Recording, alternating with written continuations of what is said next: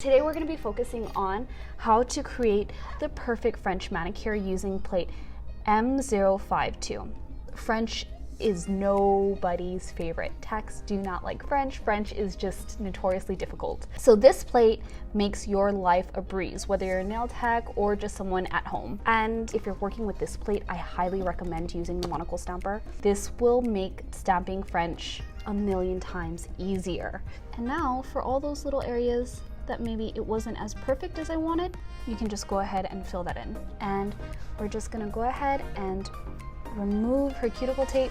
Perfect, flawless. That is the look that we want. And then after this, we're gonna top coat it. You guys can see the final product. Voila.